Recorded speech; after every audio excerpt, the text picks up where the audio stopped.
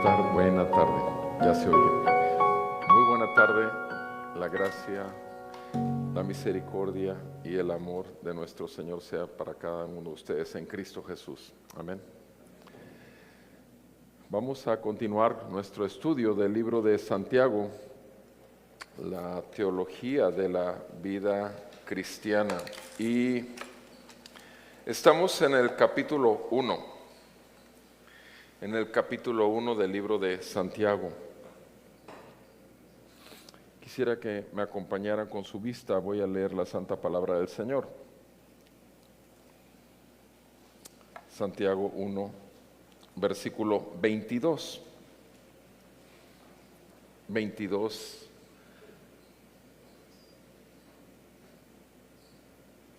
Escrito está en la palabra de Dios. Sean hacedores de la palabra y no solamente oidores que se engañan a sí mismos. Porque si alguno es oidor de la palabra y no hacedor, es semejante a un hombre que mira su rostro natural en un espejo. Pues después de mirarse a sí mismo e irse, inmediatamente se olvida de qué clase de persona es. Pero el que mira atentamente a la ley perfecta, la ley de la libertad, y permanece en ella, no habiéndose vuelto un oidor olvidadizo, sino un hacedor eficaz, este será bienaventurado en lo que hace. Si alguno se cree religioso, pero no refrena su lengua, sino que engaña a su propio corazón, la religión del tal es vana. La religión pura y sin mácula delante de nuestro Dios y Padre es esta: visitar a los huérfanos y a las viudas en sus aflicciones y guardarse sin mancha del mundo. Amén. Amado Padre Celestial, te damos gracias en el nombre de nuestro Señor Jesucristo por tu palabra.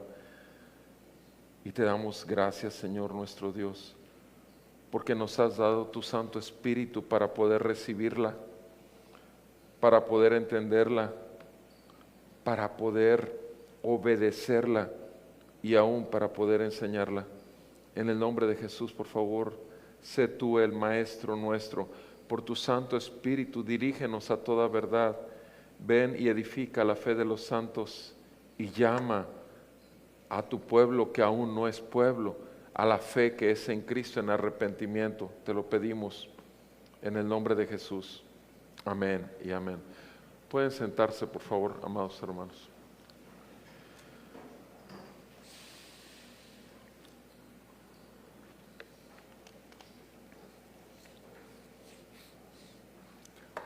Dice nuestro hermano Albert que la ley del Señor tiene tres usos: el evangelístico, el civil y el pedagógico. Sin embargo, acaba de checar en la biblioteca Logos y acomoda el pedagógico en primer lugar y el civil, porque en realidad el término evangelístico en realidad no está en ningún lado dentro del uso de la ley. Ahora, muchos se preguntarán, ¿pero de qué está hablando el pastor? La ley de Dios cumple un propósito. Y la ley de Dios en muchas iglesias o llamadas iglesias no se considera, porque se enfatiza que la iglesia vive bajo el pacto de gracia y que la ley no tiene ninguna utilidad. Ahora, por eso empecé con introducción, porque aquí en Santiago nos habla de la ley de Dios. Ese es el tema, la ley de Dios. Y ciertamente la ley es útil porque es de Dios. La ley es útil. Todos nosotros tenemos una ley en casa que está sobreentendida porque está enseñada desde la infancia a nuestros hijos. Nuestros hijos entienden y aceptan que papá y mamá somos su autoridad y que papá y mamá vamos a decir lo que se hace y lo que no se hace. Pero al final de cuentas, hablando de la ley de Dios, la ley de Dios es para el pueblo de Dios. Y Santiago es un libro que nos habla mucho de la vida práctica, de la vida que demuestra quién es Cristo en la vida del creyente. Y por eso estamos ahondando en la teología de esa vida cristiana. Santiago nos habla aquí en esta porción de la palabra. Somos bienaventurados y nos da tres elementos que nos pueden llevar a ser bienaventurados. Ahora, la palabra bienaventurado, muchos sabrán ustedes que dicen 1000 veces feliz, otros muy bendecidos, y al final de cuentas, bienaventurados es una buena, verdaderamente una buena vida, porque la buena vida solamente puede ser en Cristo, porque es la vida de Cristo. Ahora, somos bienaventurados primero al oír y hacer la palabra. Eso nos dice el versículo 22 al 24. Al oír y hacer la palabra. Somos bienaventurados, versículo 25 nos dice, al mirar y permanecer en la ley. Al mirar y permanecer en la ley. Y somos bienaventurados, versículos 26 y 27 nos dice, al vivir una religión pura, al vivir una religión pura y sin mancha, y sin mancha. ¿Qué nos enseña Santiago en el versículo 22? Dice así la palabra del Señor. Sean hacedores, una vez más, es un imperativo, es una orden, no es una sugerencia. Sean hacedores de la palabra y no solamente oidores que se engañan a sí mismos.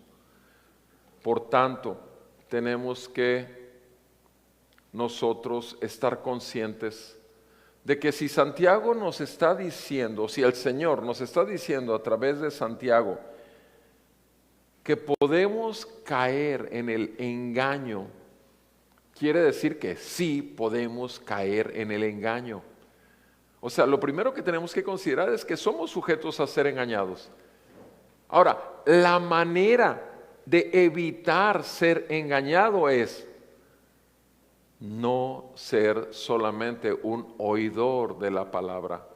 Venimos y nos reunimos en el nombre del Señor para escuchar su palabra, para que nuestra conciencia sea iluminada, para que nuestro espíritu obviamente sea vivificado por el mismo Espíritu del Señor, para que podamos madurar y crecer en el conocimiento de Dios y poder realmente ver cuánto de la carne todavía tenemos que matar y tenemos que menguar. Venimos a esto cuando nos reunimos en la Asamblea de los Santos, en la iglesia. Pero ser oidores, solamente como dice ahí, ser oidores es igual a engañarse a sí mismos. ¿Cuántos son oidores que llegan y escuchan la palabra y les preguntas a las 2 horas y ya no se acuerdan? Ya no se acuerdan cuál fue la palabra. Les preguntas el martes, miércoles, menos todavía. ¿Por qué? Porque fueron oidores de la palabra. Seamos oidores, ciertamente necesitamos escuchar, porque la fe viene por el oír y el oír viene por la palabra de Dios. Romanos 10:17 dice que la palabra produce en nosotros el poder oír, y el poder oír nos lleva a un aumento en nuestra fe, a una fortaleza en nuestra fe. La fe viene por el oír y el oír por la palabra de Dios. Sean hacedores de la palabra y no solamente oidores que se engañan a sí mismos. Entonces lo primero que nos dice Santiago es oír y hacer. No es solo oír, sino también hacer. Y hacer la palabra, ser hacedor de la palabra implica obedecerla, someterse a ella,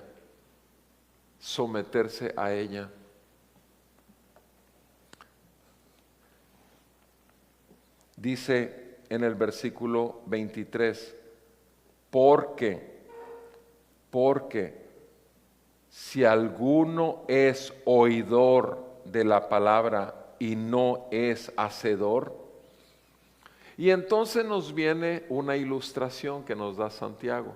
O sea, aquel que es oidor y no hacedor, dice, es como un hombre que mira su rostro natural en un espejo, pues después de mirarse a sí mismo e irse, inmediatamente se olvida de qué clase de persona es. Sabemos bien que la mayoría de nosotros, si vamos al trabajo, si vamos a alguna situación o simplemente si salimos de casa ya para las actividades del diario, una de las cosas finales, y sobre todo si es mujer mayormente, ¿verdad? O sea, no puede salir sin verse en el espejo y tal vez, solamente tal vez, en el espejo del carro todavía se ve la última. Pero los hombres también, vamos normalmente y... Ahora, ¿cuántos de ustedes han salido de su casa al trabajo sin peinarse? Digo, una cosa es sin lavarse la cara, sin bañarse, o sin peinarse, simplemente sin peinarse. ¿Cuántos de ustedes no? Porque no se vieron en el espejo, porque no se vieron que traían ahí el pájaro loco, era de las caricaturas favoritas. Pero el detalle es, nos vemos y tratamos de corregir aquellas cosas que por respeto, por apariencia, para no mostrar un descuido. Si eso hacemos con el exterior, si vestimos no con los shorts que manejo en casa y las chanclas, si venimos vestidos con una vestimenta acorde al sitio por respeto a lo que representa estar aquí, no me verán ustedes nunca en el consultorio por 42 años que tengo ahí en la oficina, nunca me verán con una bata blanca, nunca me verán con un traje, con una corbata, pero yo no voy a... Mi pensamiento desde el principio era, yo no voy a pararme a hablar de parte de Dios sin una manera realmente mínima, humanamente hablando, por respeto a lo que estoy haciendo, a la función que estoy desempeñando, porque no se trata de mí, se trata de Él.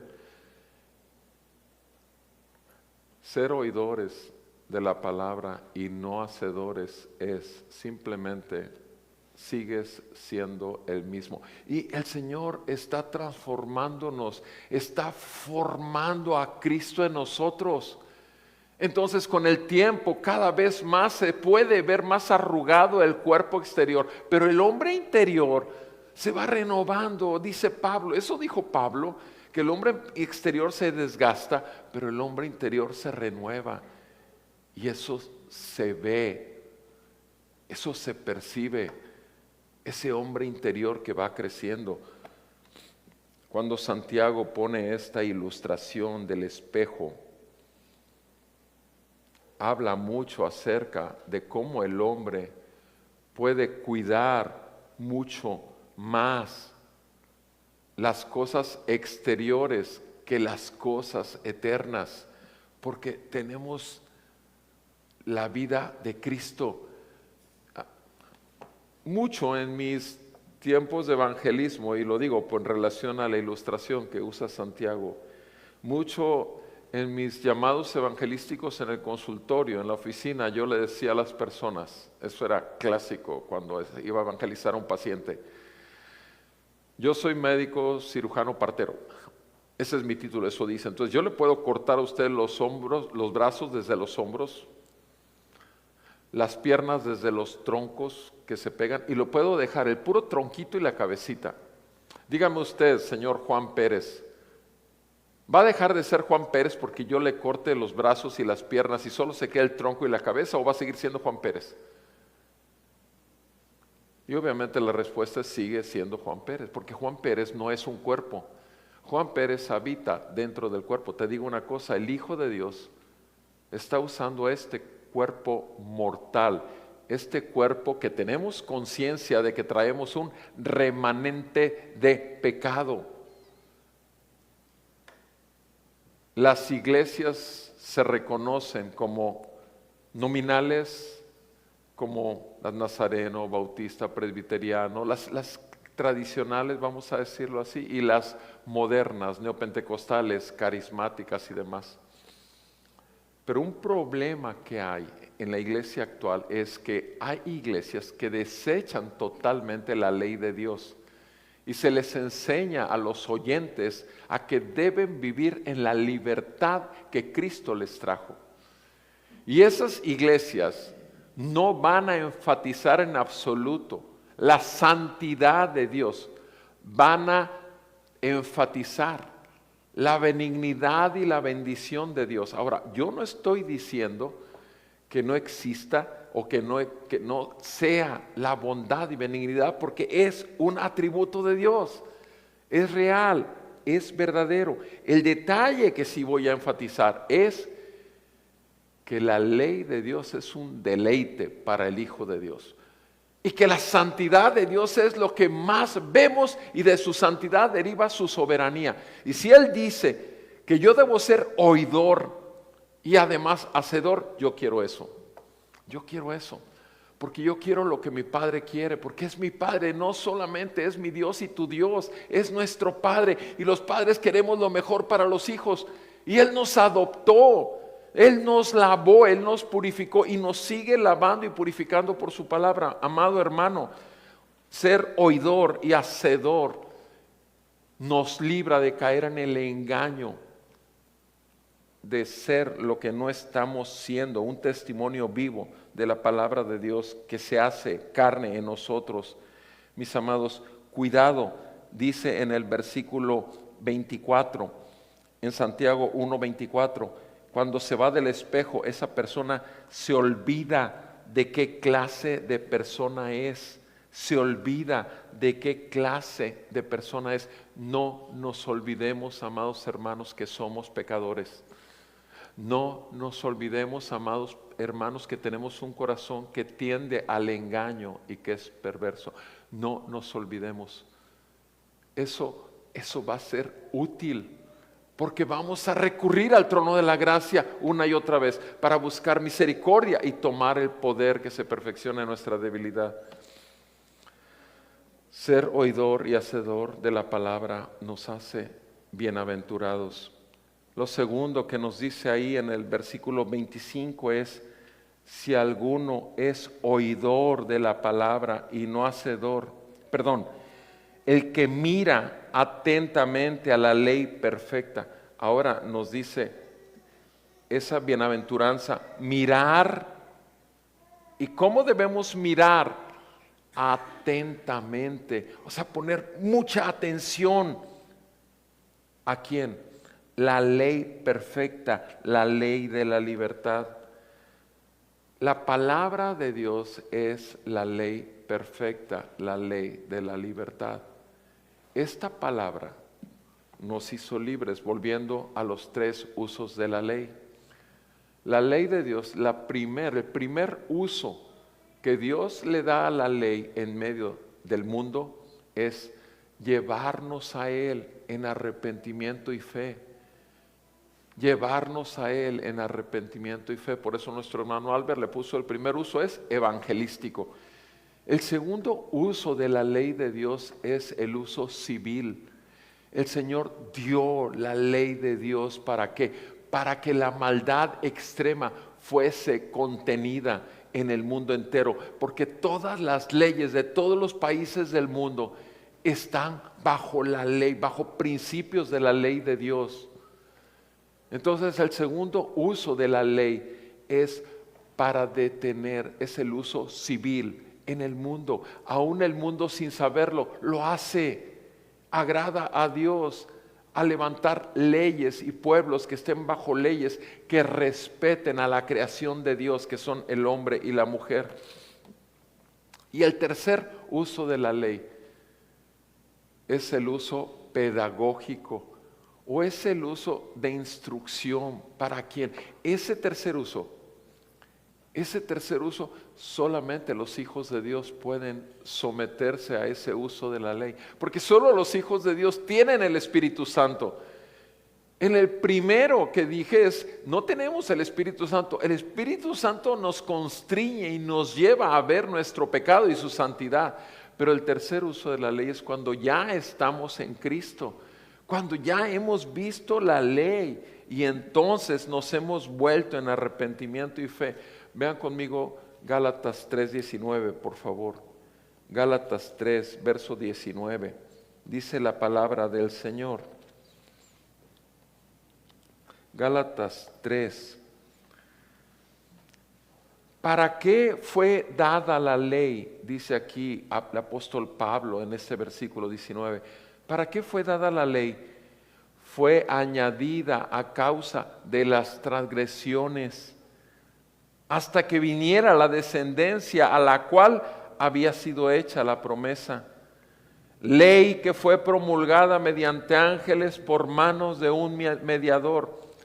Ahora bien, un mediador no es de una parte solamente, ya que Dios es uno solo. ¿Es entonces la ley contraria a las promesas de Dios? De ningún modo, porque si se hubiera dado una ley capaz de impartir vida, entonces la justicia ciertamente hubiera dependido de la ley. Versículo 22, pero la Escritura, la palabra de Dios lo encerró todo bajo pecado, para que la promesa que es por la fe en Jesucristo fuera dado a todos. ¿A cuáles todos?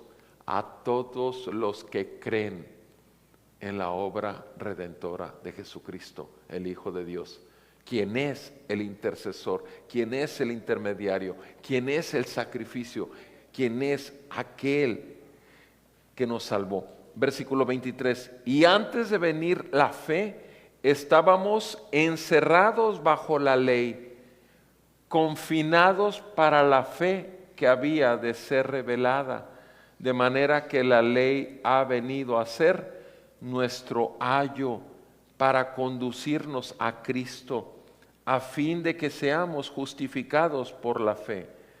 La ley ha venido a ser nuestro ayo. La palabra ayo, muchos de ustedes saben bien que es una palabra que en aquellos tiempos los griegos había maestros que instruían al alumno. Por eso se le llama el primer uso de la ley el uso pedagógico, cosa que en realidad más que enseñar es traernos arrepentimiento y fe. Lo pedagógico, en realidad, el tercer uso de la ley, cuando buscamos conocer y someternos a la ley, estamos aprendiendo. Ahí sí puedo aplicar el término pedagógico, pero estoy hablando porque estos términos realmente no son de la Biblia, simplemente que así se le han puesto tradicionalmente.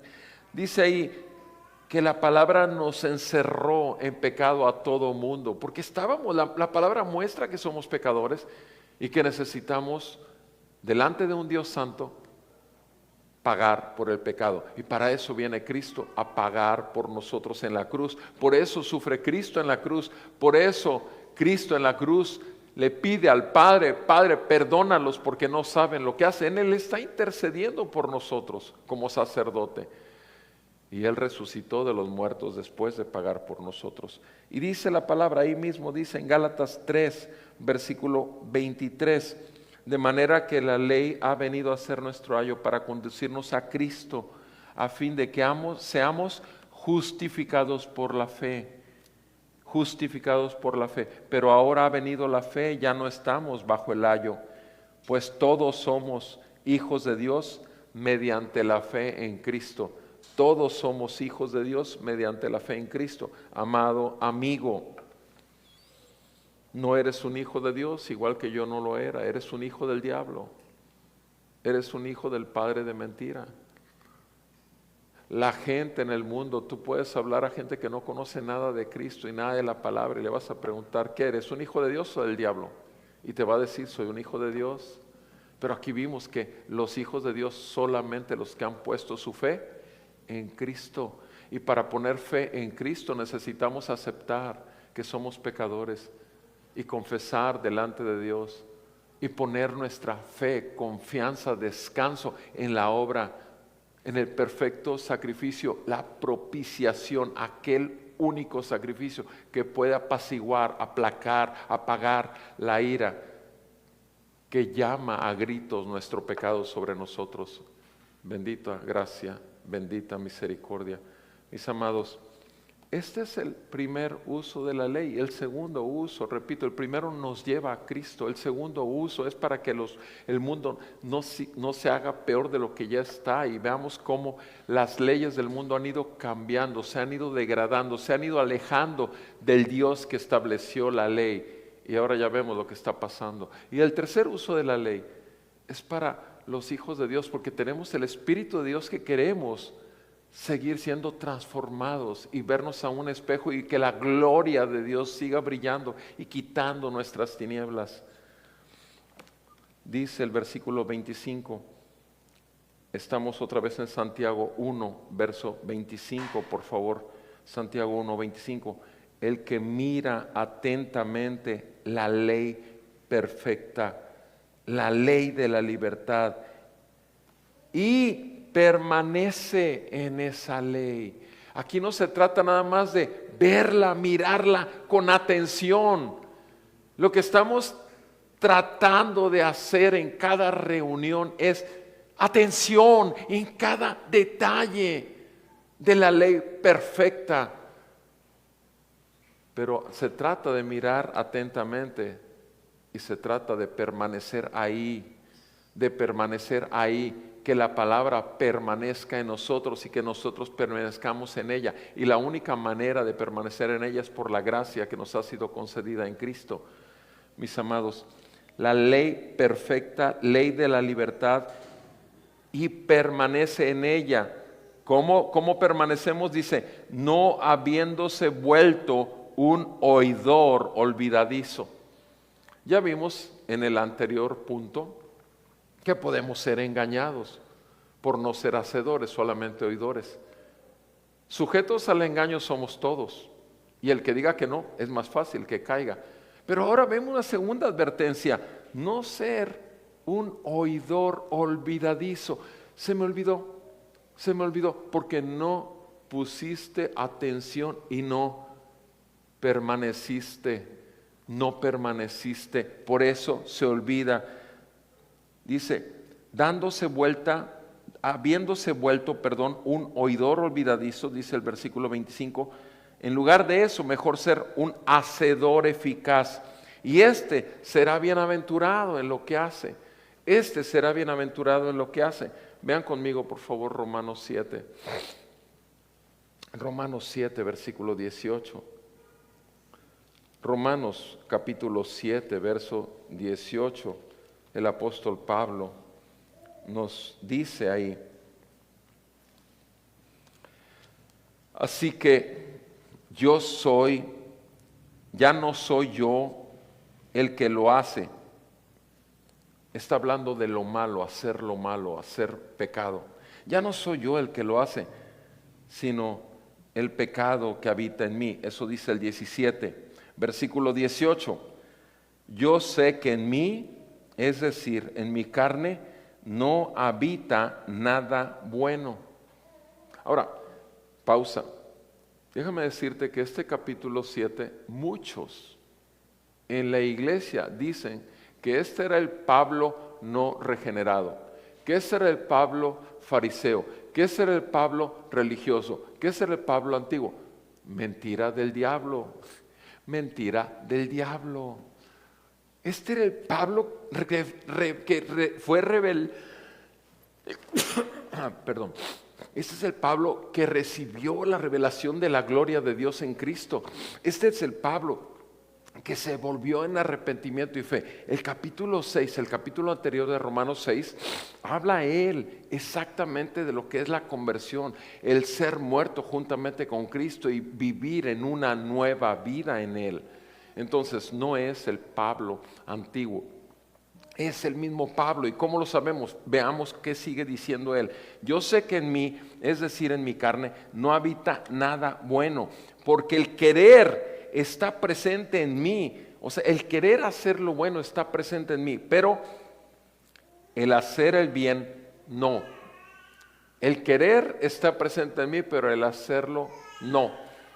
Ahora, esto sucede en el incrédulo. Discúlpame, pero no. El incrédulo no quiere hacer el bien. El incrédulo quiere obtener todo lo que pueda de todas las personas para su propio bien. Quiere obtener todo.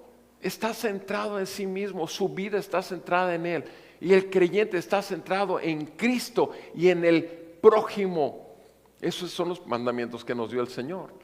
Amarlo a Él y amar al prójimo. Y no estamos considerándonos a nosotros, sino hacia el bien que debo hacer. Versículo 19. Pues no hago el bien que deseo, dice Pablo, sino el mal que no quiero, eso practico. El mal que no quiero, eso practico. Y si lo que no quiero hacer, eso hago, ya no soy yo el que lo hace, sino es el pecado que habita en mí. Versículo 21. Así que, queriendo yo hacer el bien, hallo la ley de que el mal está presente en mí. Porque en el hombre interior me deleito en la ley de Dios. En el hombre interior me deleito en la ley de Dios. Pero veo otra ley en mis miembros de mi cuerpo que hace guerra contra la ley de mi mente y me hace prisionero a la ley del pecado que está en mis miembros. ¿Se fijan? Aquí está la ley, hablando de la ley de los miembros, está hablando de la ley del mal que está en él, está hablando de eso, de esa ley. La ley de Dios siempre va a señalar el pecado, nunca va a dejar de hacerlo. Pero dice aquí que hay otra ley en su mente.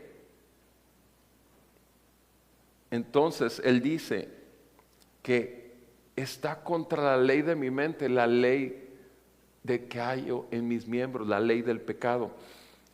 Versículo 24. Miserable de mí, ¿quién me libertará de este cuerpo de muerte? Y él mismo contesta, gracias a Dios por Jesucristo, Señor nuestro. Gracias a Dios por Jesucristo, Señor nuestro. Eso no lo escribió un incrédulo. Es aquel que puede ver a Cristo todos los días. ¿Sí? Así que yo mismo, por un lado, con la mente sirvo a la ley de Dios, pero por el otro, con la carne, sirvo a la ley del pecado. ¿Se dan cuenta? En nuestra mente está la ley de Cristo, la ley de la libertad, esa ley de gracia. Y miren cómo sigue diciendo el mismo Pablo.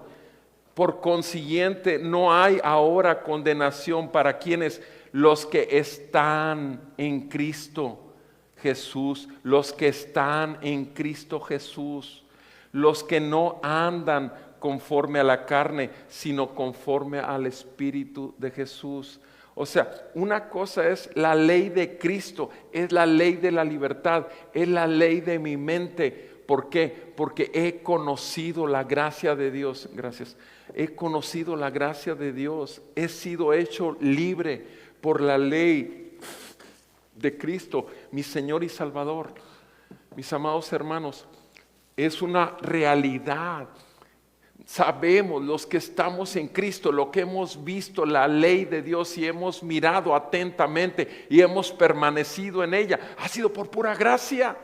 No ha sido nada que nosotros hagamos, sino es producto de la gracia que le es dada a cada creyente todos los días de su vida. Y podemos reconocerla y podemos reconocer esta lucha que tiene Pablo. Y podemos nosotros decir, bendito sea el Señor, mi libertador, porque no solamente me liberó del control del pecado, del control de las mentiras del mundo y de Satanás, sino que además me liberó del juicio venidero y puedo caminar en esa libertad. Pablo dice en el capítulo 8, versículo 1, no hay ninguna condenación para los que están en Cristo Jesús, los que permanecen en Cristo Jesús, los que no andan conforme a la carne, sino conformándose. Recordemos la palabra conformar, es hacerse a la manera de. Ser conformado es eso. Tú te conformas a. Entonces, los que no andan conforme a la carne, sino conforme al Espíritu. Tenemos el Espíritu y por lo tanto nos debemos al Espíritu para ser conformados al Espíritu y para que Cristo siga siendo formado en nosotros. Porque la ley del Espíritu de vida en Cristo Jesús te ha libertado, dice el versículo 2, te ha libertado de la ley del pecado y de la muerte. Pues lo que la ley no pudo hacer, ya que era débil por causa de la carne, Dios lo hizo enviando a su propio Hijo en semejanza de carne de pecado, y como ofrenda por el pecado condenó al pecado en la carne, para que el requisito de la ley se cumpliera en nosotros, para que el requisito de la ley se cumpliera en nosotros, que no andamos conforme a la carne, sino conforme al Espíritu.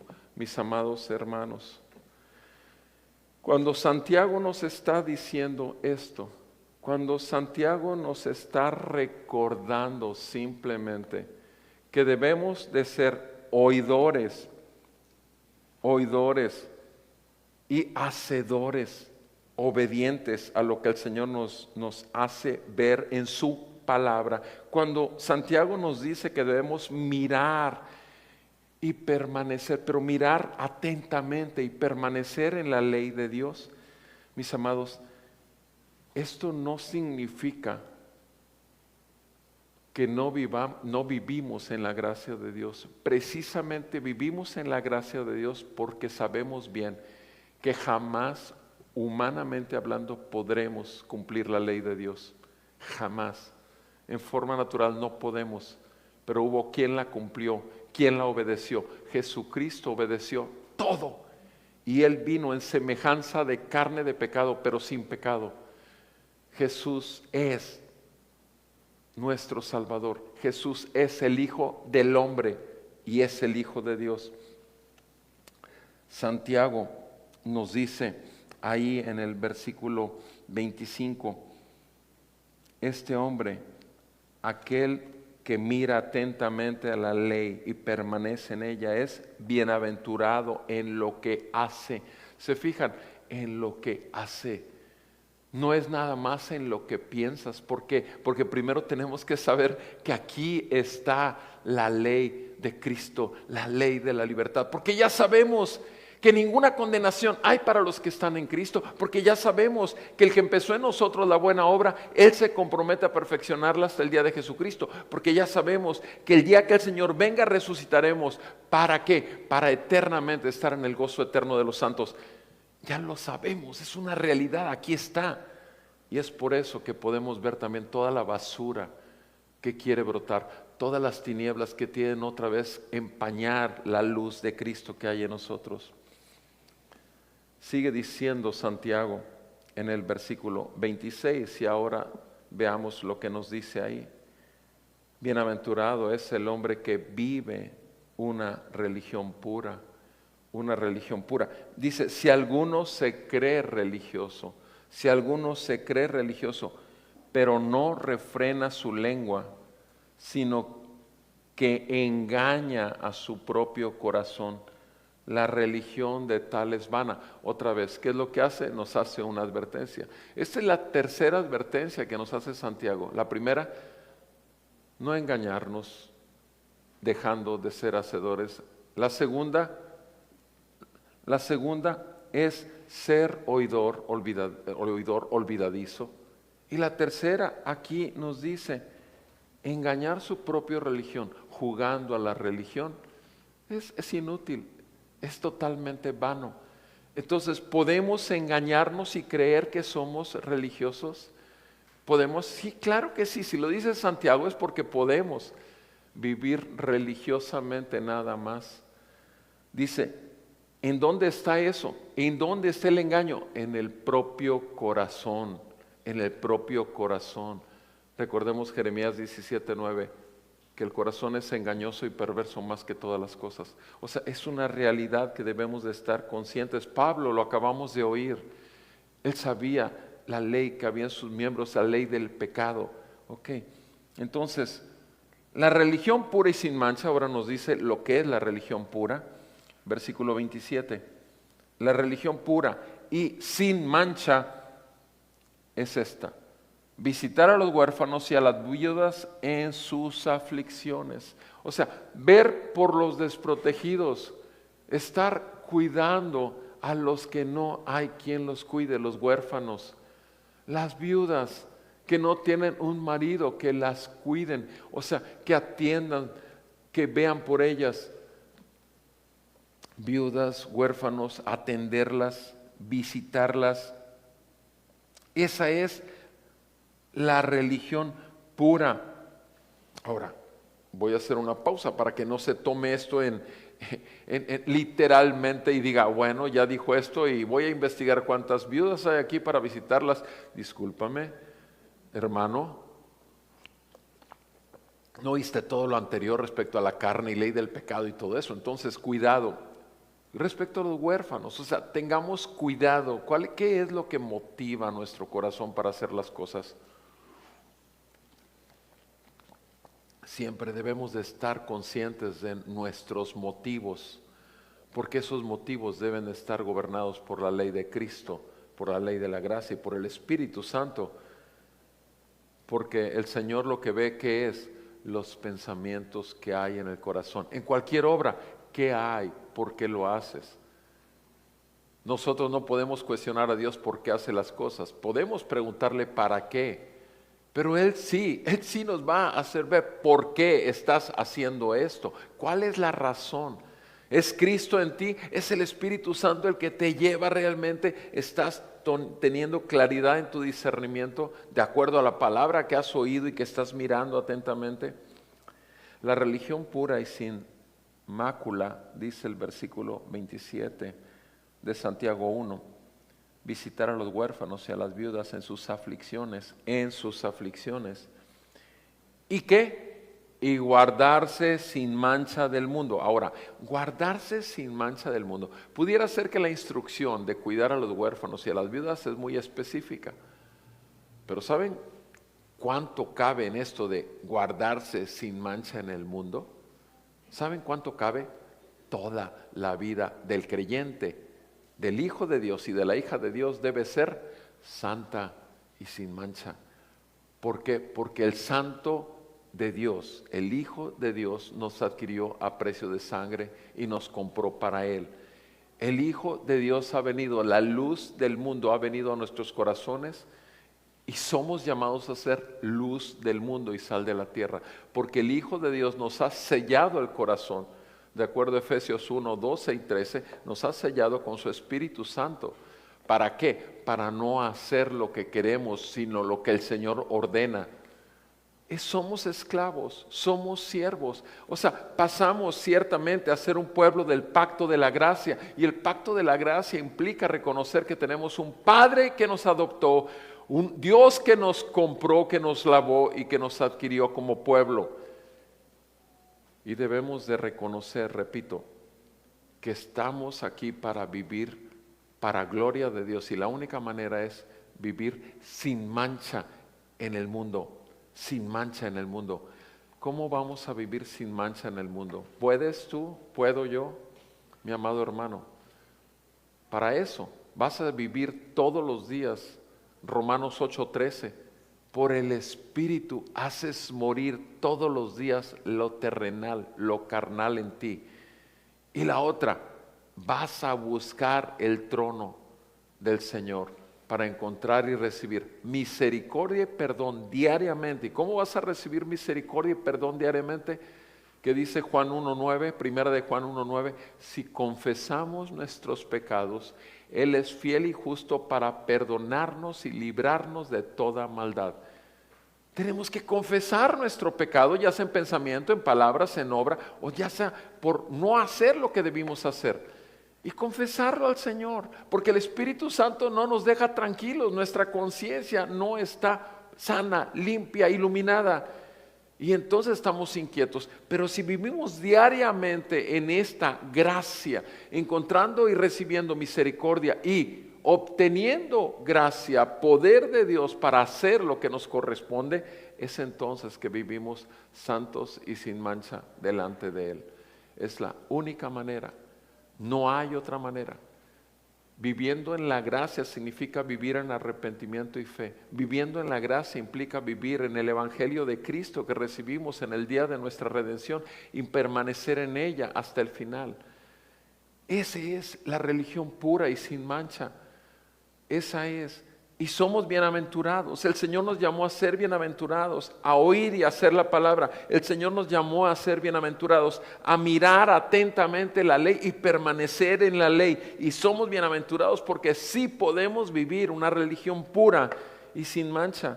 Mis amados, necesitamos reconocer diariamente nuestra necesidad de su palabra, de su espíritu y obviamente de la gracia, de su palabra, su espíritu, y sin la gracia de Dios, nada bueno va a salir de nuestras vidas. Necesitamos cuidarnos de no caer en el engaño de nuestro vano corazón. Ya lo vimos aquí, nos hace la advertencia Santiago: cuidado, no caigan en el engaño. Cuidado, no sean oidores olvidadizos. ¿Por qué enfatizamos en esta iglesia el discipulado? ¿Por qué enfatizamos que el miércoles tengamos a mitad un estudio bíblico? ¿Por qué enfatizamos el martes a los varones un estudio de discipulado? ¿Por qué estamos enfatizando ahora también casas de discipulado? Discipulado, casas donde estemos siguiendo alimentando el espíritu. ¿Por qué? Porque el mundo va a alimentar tu carne todos los días. Mis amados, necesitamos cerrar filas en el espíritu porque somos un cuerpo, somos una iglesia y somos miembros los unos de los otros. Que el Señor nos ayude realmente. ¿Para qué? Para que todo esto que estamos hablando ahorita de Santiago está en el contexto de que de la prueba de la fe. No hemos terminado el capítulo. De la prueba de la fe y la tentación que Satanás puede traernos cuando se presente la prueba de la fe. En ese contexto estamos hablando, y ya terminamos hoy con la gracia de Dios el primer capítulo, pero es ahí, en tanto que nosotros nos mantengamos firmes sin fluctuar por la gracia que nos ha sido concedida, que el Señor realmente va a ser glorificado en nuestras vidas. El Señor sigue llamando a los pecadores a arrepentimiento y fe. El Señor sigue salvando y sigue mostrando su misericordia. Jesucristo murió. Grande es la misericordia de Dios en que, siendo aún pecadores, Jesús, el Hijo de Dios, murió por nosotros, resucitó al tercer día y ascendió al trono, y Él reina. La ley de Dios es un deleite para el Hijo de Dios. Las iglesias que son antinomianianas,